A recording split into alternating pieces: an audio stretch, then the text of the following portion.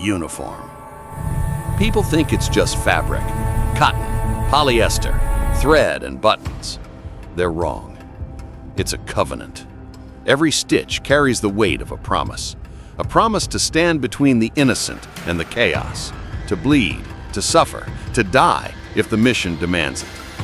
I've worn that uniform. I've buried friends who wore it better than I ever could. Their names are carved into black granite now, their faces frozen in photographs their mothers still kiss goodnight. So let me ask you something. What kind of man steals glory he didn't bleed for? What kind of coward wraps himself in the flag of the fallen just for a free meal? I'll tell you what kind. The kind I found in a diner off Route 9. The kind who was about to learn that some debts can't be paid with apologies. It was a Tuesday, just after noon. The kind of quiet day where nothing's supposed to happen. I was in the corner booth, black coffee, no sugar, watching the rain streak down the window like the sky was mourning something it couldn't name. That's when he walked in. Loud. The door didn't just open, it announced him. He wanted everyone to look.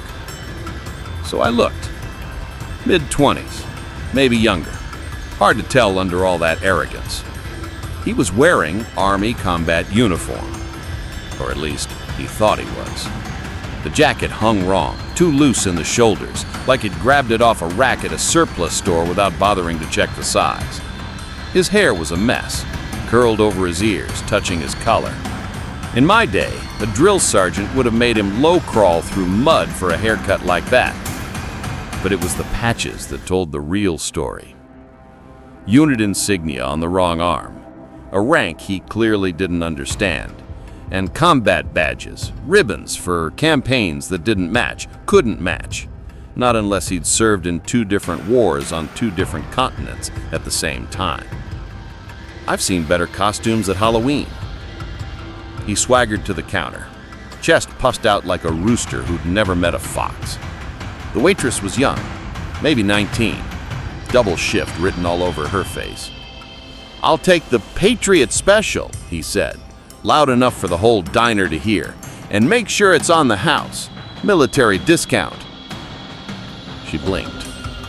"Sir, our military discount is 10%? I just need to see your ID." His smile curdled. "ID? You see this uniform? You see these medals?" He jabbed a finger at the ribbons on his chest. Ribbons that didn't belong to him. Ribbons that belonged to ghosts. "I don't carry my papers everywhere, sweetheart. What, you don't support the troops?" The diner went quiet. That uncomfortable kind of quiet where everyone looks at their plates and pretends they're somewhere else. Except one man. Corner table, near the restrooms. He was 70 if he was a day. Weathered skin, hands that knew hard work, a simple faded cap on the table beside his coffee. The cap said, "Vietnam veteran." No flash, no fanfare. Just 3 words and 50 years of memories no one should have to carry. His name, I'd learned later, was Sergeant William Miller. 2 tours, Purple Heart, Bronze Star. He'd watched friends die in jungles most Americans can't find on a map. And he hadn't said a word about it in 40 years. Sergeant Miller stood up slowly, the way old warriors do, careful, deliberate, like their bodies remember wounds their minds have tried to forget. He walked over to the counter. "Son."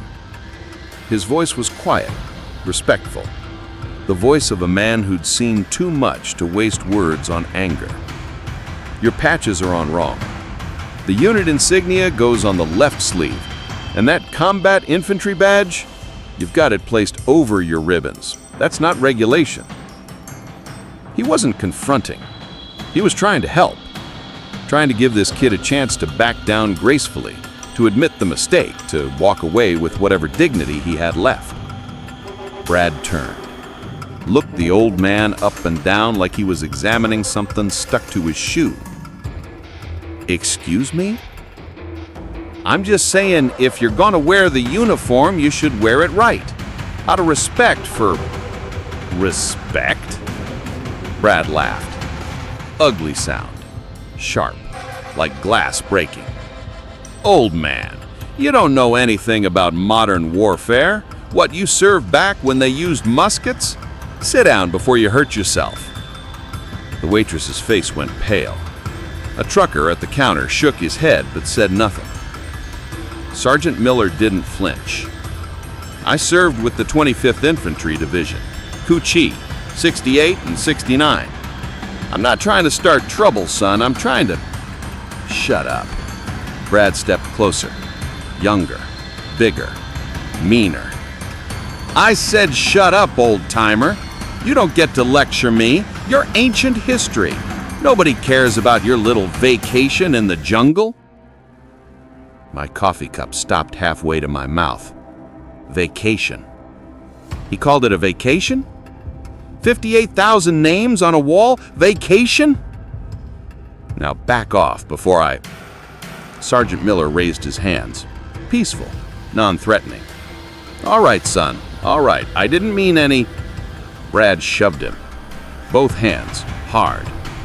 The old man stumbled backward. His hip caught the edge of a table. He went down. Slow. Like a tree that had stood too long, finally giving way to the wind. Coffee cup shattered on the floor. Sergeant Miller didn't make a sound. Just lay there, blinking, confused, like he couldn't understand how the world had gotten so cruel. Brad pulled out his phone, started filming. You all see this? This old man attacked me, disrespecting a soldier. This is what our veterans have become, jealous of the real heroes. He panned the camera across the diner, catching faces, catching fear. I'm uploading this right now. Everyone's gonna see how I get treated. Disgraceful. He spat on the floor near Sergeant Miller's feet. Then he walked toward the back door, toward the parking lot. Needed a smoke, probably. Needed to upload his lies to whatever audience fed that poison. I set my coffee down, placed a 20 on the table, and I followed. The parking lot behind Mickey's Diner wasn't much. Cracked asphalt, a dumpster that had seen better decades. 3 streetlights, one of them flickering like a dying heartbeat. Rain had stopped, but the clouds hung low, heavy, the kind of sky that swallows sound. Brad was leaning against a delivery truck, phone in one hand, cigarette in the other. The glow of his screen illuminating that smug face. He was typing a caption, probably something about valor, sacrifice, words he had no right to use. The first street light went out. He didn't notice. Thumbs still dancing on glass, smoke curling up into the darkness. The second light died. He looked up, annoyed. The hell? The third light flickered, buzzed, went black. Complete darkness. The only light now was the pale glow of his phone screen, a tiny island and an ocean of shadow. Hello? His voice cracked, just a little, just enough. What's the 5th General Order? My voice came from everywhere, from nowhere. He spun, phone held up like a flashlight. Who's there? Who the hell? I ask you a question, soldier. I let the word drip with contempt. The 5th General Order. Recite it. Silence. His mouth opened, closed, opened again. I don't... You don't. You're wearing a uniform that represents 200 years of sacrifice. Men have died reciting those orders, and you don't know a single one? I stepped forward, just enough for him to sense movement in the dark. His phone light caught nothing but shadow. Where's Fort Bragg? What? Simple question. Any soldier knows it. Where is Fort Bragg located? It's California. North Carolina. I let the correction hang in the air. They just renamed it Fort Liberty. But you wouldn't know that because you've never been there. You've never been anywhere. Look, man, I don't know who you are, but what's your MOS? My what? Military occupational specialty. Your job. The thing you train for. The thing you supposedly do. I'm Special Forces. What group? What's your team designation? I don't have to... Where did you do your Q course? Who was your team sergeant? What was your first deployment? Each question was a nail. Each silence was a confession. I could hear his breathing now. Rapid, shallow. The breath of a man whose lies were collapsing around him like a house of cards in a hurricane. Please, just... Who are you? I stepped into the edge of his phone light. Just my face, half-shadowed, eyes like cold steel. I'm the man who carried a body bag with my best friend inside it across 3 miles of desert because the evac chopper couldn't land. I stepped closer. I'm the man who held a 19-year-old private while he bled out calling for his mother. Closer still. I'm the man who knows exactly what that uniform costs, down to the last drop of blood. He stumbled backward, hit the delivery truck, nowhere to run. And you wear it for free meals. I reached out. Slowly, deliberately. My fingers found the Velcro patch on his right shoulder, the unit insignia he'd placed on the wrong side. RIP. The sound echoed in the empty lot. Please! I found the combat badges. RIP. The ribbons. RIP. Each one torn away like dead skin. Each one a lie peeled back to reveal the nothing underneath. Stop! I'm sorry! I'm sorry! Say it. What? The truth. Say it out loud for the camera. I pointed at his phone, still clutched in his trembling hand, still recording. Tell them who you really are. His face crumbled. The arrogance, the swagger, the costume, all of it dissolving like sugar in rain. I never served. Quieter than a whisper. Louder. I never served, okay? I bought this stuff online. I wanted people to respect me. I wanted free stuff. I wanted to feel important. He was crying now. Snot and tears and shame mixing on a face that looked 10 years younger without the mask. I'm nobody. I'm nothing. I'm sorry. Please, just let me go. I took the jacket, the one covered in patches that belonged to heroes. I folded it, carefully, respectfully, the way you fold a flag at a funeral. Delete the video.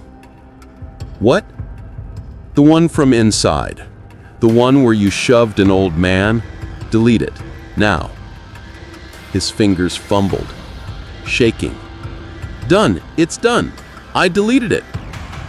I leaned close enough that he could see the scars, the ones you can't hide with makeup. You ever wear this uniform again? You ever disrespect another veteran? I'll find you, and we'll have a longer conversation, one you won't walk away from. Understand? He nodded. Fast.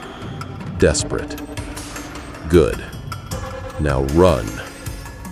He ran, stumbling, falling, getting back up, disappeared around the corner of the diner, like the devil himself was chasing him. Maybe he was. I walked back inside. The diner was quiet, uneasy. Sergeant Miller was back on his feet, sitting at his table.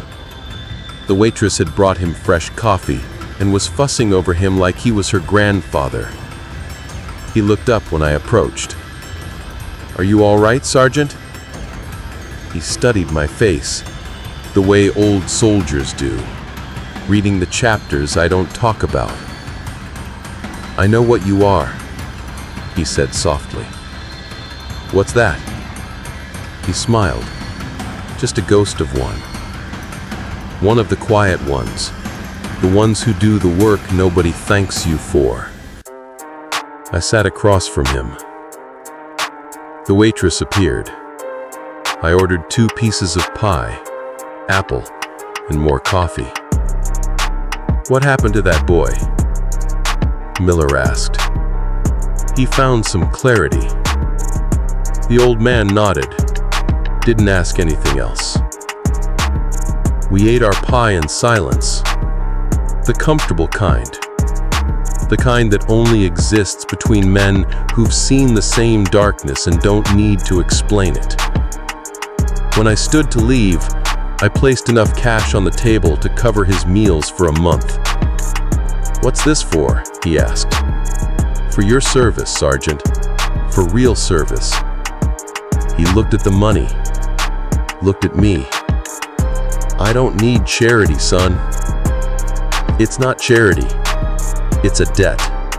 One that America owes you. One that men like that kid will never understand."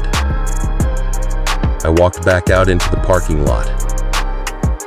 The streetlights were working again, humming softly, like nothing had happened. The rain had started again. I tilted my face up, let the drops wash away the weight of another night's work. Some people wear the uniform to serve. Some people serve the uniform.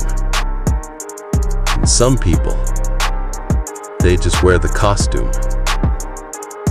The first kind are heroes. The second kind are keepers of the flame. The third kind, they're just waiting to meet someone like me. Respect the real heroes. Silence the fakes. This is Silas Gray, and the adjustment has been made.